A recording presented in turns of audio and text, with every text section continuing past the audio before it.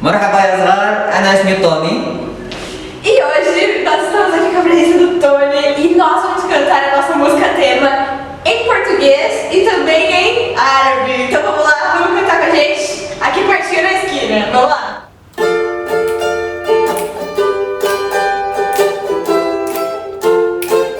Aqui pertinho na esquina, ao redor do mundo, crianças necessitam de Jesus e do seu amor profundo.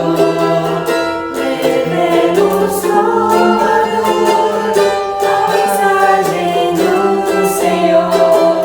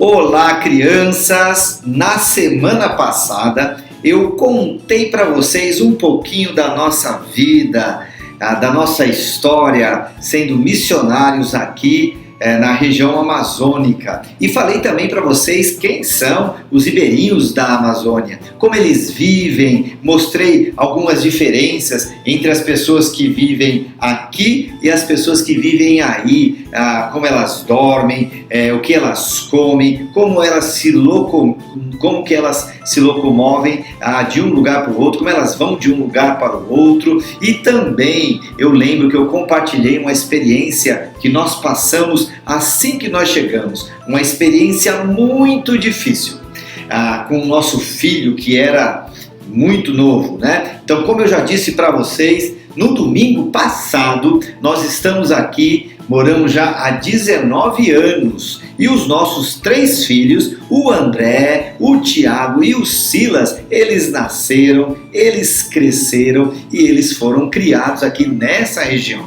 Muitas coisas, crianças, aconteceram nesses anos todos, porém, o mais importante que eu queria falar para vocês é que Deus tem sido fiel, Deus tem honrado o nosso trabalho e a decisão de ter saído de São Paulo e ter vindo aqui servi-lo, trabalhar para Ele, pregando o Evangelho.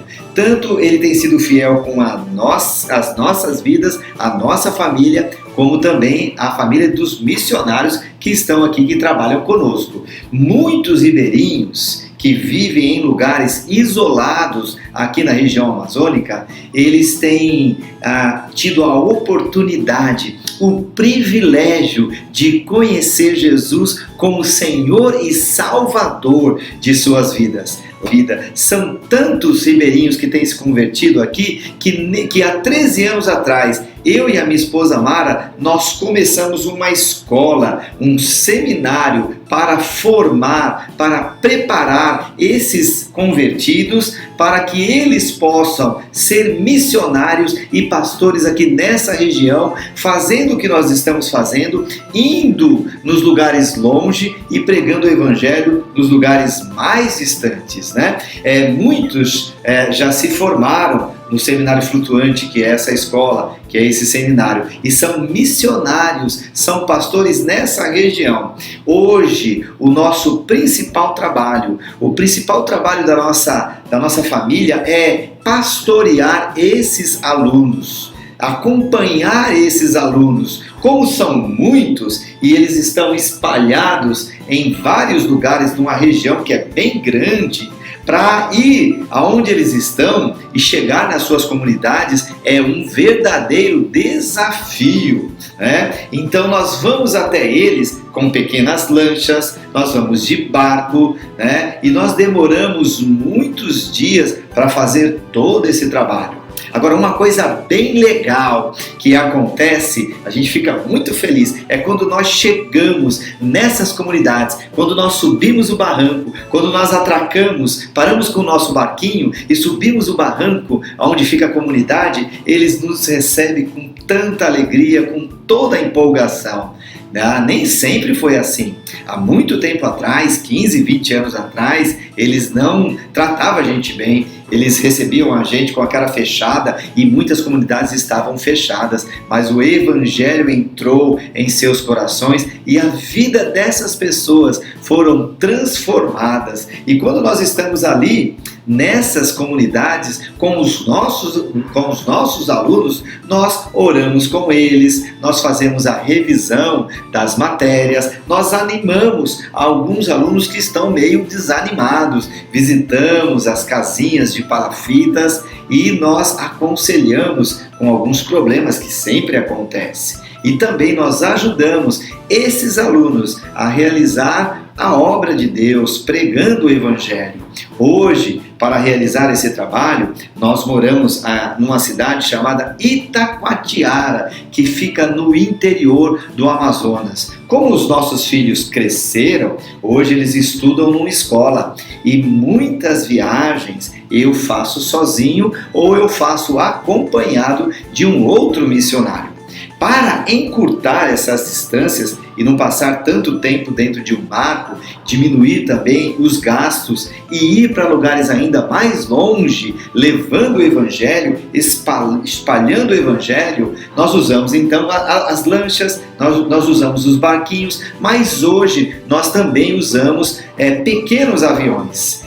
Aqui no Amazonas não existe estradas, não existe rodovias, ou nós chegamos até eles através do rio, navegando, ou nós chegamos até ele através do ar, indo de avião, voando. Um pouco mais de 3 anos atrás, eu e o meu amigo, piloto missionário Mateus, nós saímos da nossa casa aqui em Taquatiara para realizar uma viagem de avião que ia durar 5 dias. O propósito dessa viagem era justamente esse: visitar os nossos alunos nessas várias e muitas comunidades. A viagem foi maravilhosa, já estava chegando no final, nós estávamos felizes, alegres por ter alcançado os objetivos e ter conseguido fazer tudo. Na segunda-feira, crianças, dia 30 de abril, às 7 horas, uma segunda-feira, às 7 horas e 3 minutos, nós realizamos todo o procedimento de partida e nós decolamos com o avião rumo à nossa casa. Nesses últimos 5 dias, fazendo a obra de Deus, visitando os nossos alunos, aquelas muitas comunidades, nós tínhamos pousado e nós tínhamos decolado várias e várias vezes. Agora, voltando para casa, só faltava um pouso. Mas, crianças, enquanto nós estávamos lá em cima, sobrevoando, nós fomos pegos por uma forte tempestade. E essa forte tempestade, nós então viramos o aviãozinho e tentamos contornar a tempestade, mas a tempestade nos abraçou e nós fomos obrigados a mudar os planos. Nós então tínhamos que descer por questão de segurança. E quando nós descemos um pouco, lá embaixo nós avistamos a floresta, lago, rios, e nós vimos uma comunidade. E aí nós fomos em direção daquela comunidade. Nós fizemos o reconhecimento, demos 2 voltas para ver aonde que nós íamos pousar, escolhemos um lugar e quando nós estávamos pousando no lago, em frente de uma comunidade, de repente surgiu do nada, saindo 2 canoas bem rápidas no meio da floresta e nós íamos então cair em cima deles. Ia acontecer certamente um terrível acidente. E para não acontecer esse terrível acidente, então nós decolamos e arremetemos o avião. No linguajar aí da aviação, arremeter o avião é você dar muita potência, acelerar muito, e o avião ganha altitude e velocidade para que a gente pudesse voltar, escolher e fazer um novo pouso. Mas quando nós fizemos essa arremetida e o avião subiu, essa manobra radical, aí de repente nós escutamos aquele silêncio e o barulho do motor parou. Nós estávamos a muita velocidade, nós estávamos lá em cima e de repente aquele avião caiu, foi caindo, se aproximando e nós então entramos com muita velocidade no meio daquelas árvores. Foi tudo de repente, aconteceu tudo muito rápido. Naquele primeiro momento eu achei que a gente fosse conseguir recuperar o motor, que nós não fôssemos cair, mas infelizmente nós não conseguimos. E ali foi uma queda indo para cima daquelas árvores, daquela floresta. Sabe, crianças, quando eu vejo aquilo, quando eu volto a pensar em tudo que aconteceu, eu lembro de algo que eu pensei que foi muito claro. Eu tinha uma convicção. Não deu muito tempo para pensar na minha família, não deu muito tempo para pensar na minha esposa, nos meus filhos, nos meus pais, no trabalho. Eu lembro que naquele momento que a gente estava caindo, indo em direção àquelas árvores, à floresta, eu tive apenas uma convicção, que nós íamos morrer e que nós iríamos para o céu. Então, essa certeza da salvação e essa paz no coração, ela tomou conta de nós naquele momento. E de repente, tudo aquilo se escureceu. Eu acordei, e quando eu acordei, eu estava preso pelos cintos, virado de lado, e quando eu abri os olhos, eu percebi assim aquele cenário de guerra. O avião ele entrou com muita força, ele derrubou muitas árvores e uma árvore grande acabou com o avião e acabou com a gente também. Eu estava sangrando pela cabeça, o piloto já estava acordado, tanto eu como ele estávamos ali em estado de choque, e ele achando que eu estivesse morto, porque eu estava desmaiado por um tempo. E quando eu acordei, então eu vi que eu estava sangrando. Nós ficamos ali por um bom tempo, até que finalmente chegaram vários e vários homens, jovens, que viram o avião caindo e que entraram mata adentro. Essas pessoas, elas tiraram a gente, me colocaram numa rede e tiraram a gente dali depois de quase 3 horas. E depois, quando nós saímos no meio daquela floresta com muita dificuldade, eles colocaram a gente numa lancha, numa lanchinha, e depois nós navegamos até uma estradinha, e lá na estradinha não tinha nenhuma ambulância não, eles me colocaram em cima de um caminhão, eles chamam de pau de arara, e lá naquele caminhão então nós pegamos uma estrada de terra 38 quilômetros até chegar numa cidadezinha pequena chamada Nova Olinda do Norte. E quando eu cheguei no hospital, graças a Deus, não aguentando aquela situação, eu lembro que eu desmaiei, apaguei, e depois de algumas horas eu acordei, e o médico então começou a explicar todo o procedimento que foi feito. Falou que eles não tinham condições de tratar de mim ali naquele lugar, e que estava vindo um avião de Manaus para me levar para a capital, que é Manaus. Esse avião, depois de algumas horas, ele chegou ali e me levou até um outro hospital maior lá que tinha condições. Eu lembro que quando eu estava ali naquele hospital em Manaus, muitas dificuldades eu pude enfrentar ali no hospital público. Me tiraram de um hospital público e me levaram para um hospital particular. Na primeira cirurgia, quando eu estava na mesa de cirurgia sendo operado, teve uma complicação gravíssima. Eu acabei pegando uma embolia pulmonar e eu quase morri ali na mesa de cirurgia, nas mãos dos médicos. Quando eu acordei, eu estava na UTI. E foi um tempo muito difícil. Eu não conseguia me movimentar, eu tive que usar fraldas, eu fiquei na cama durante um bom tempo, eu quase perdi o meu pé, quase amputaram o meu pé, fiquei vários meses numa cadeira de roda, e depois de 3 anos e 7 meses, ainda eu ando com a ajuda dessas 2 muletas. Agora, depois de ter feito a 4ª cirurgia, as notícias elas são boas. Cada dia eu estou melhorando um pouquinho, e o médico ele disse que muito em breve, eu vou poder andar sem a ajuda dessas muletas. Aqui. Eu nunca fiquei chateado com Deus pelo que aconteceu, pelo grave acidente. Eu estava trabalhando quando tudo isso aconteceu, e Deus é amor, Deus é maravilhoso, Deus sabe de todas as coisas. Na verdade, eu sinto um privilégio muito grande, eu me sinto muito privilegiado, e agradeço a Deus por Ele me ter dado mais uma nova oportunidade de estar aqui ao lado da minha família, dos meus filhos, continuando a fazer a obra de Deus, que é aquilo que eu amo.